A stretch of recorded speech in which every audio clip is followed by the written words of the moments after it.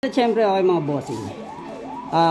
Andito tayo sa ating actually hindi man restoration. Repair lang ng ating box ng JL860 na Kenwood.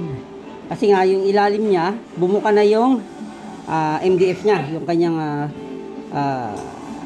box, yung kanyang closure yung kanyang closure specification kasi is MDF. Ano yung MDF? Mental deficiency. Pulburon. Anyway, sabi ko nga mahirap na kasing pakawalan muna tong JL860. Mahirap na humanap ito. Sabi ko ngayon lang may dumating sa akin na ganito ngayon lang may dumating. So ariin ko na muna to. Yung it's not as convenient speakers, it's very good. Okay na, okay pa naman. Then susuportahan ko na lang to ng aking tusunra na sa booper. Mga bossing. At supportan na natin ang Hyundai Philips. Nung Sansui na yun. So, ang laki nung angat ito mga bossing, as in ganito siya siguro mga 2 or 3 inches. Mga 2 inches may git. Tsatsagain mo lang talaga sa wood screw na block. Tapos mga bossing, huwag kayong kung gagawin nyo, huwag bara-bara. Kasi nung unang mga gumagawa ko nito, binabara-bara ko yung tornilyo, unang-una sayang, tapos yung iba naman, wala pa lang silbi. So check nyo ba isa-isa kung saan siya unti-unting bumababa. Palu-paluin nyo ng mahina ng martilyo. Kasi habang tumatagal siya, nape-press So, maganda bumababa. Akala ko kanina nakaangat pa So, ito hindi na siguro didikit na 100% pero iaano ko na lang to.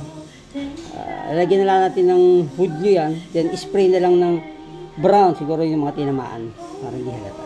So, yan na siya. Ito isang sira Sira puro ilalim lang kaya good naman. Hindi naman na ano yung ibabaw. So, wala pa rin siyang ganong singaw. Yung amplifier natin, ayan. Pero malamang palitan ko siya ng driver. Siguro powered brake siya ang panadrive ko rito.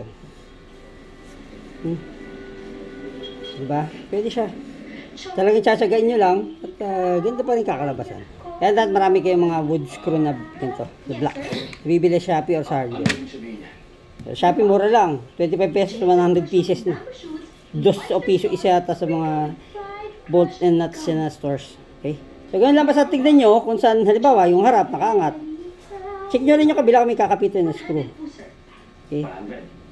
So, since MDF naman, makapali siya talaga pag nabasa. Kakapit talaga siya pagka pinres. Mga boss, yung pangagawin natin, let's rock and roll.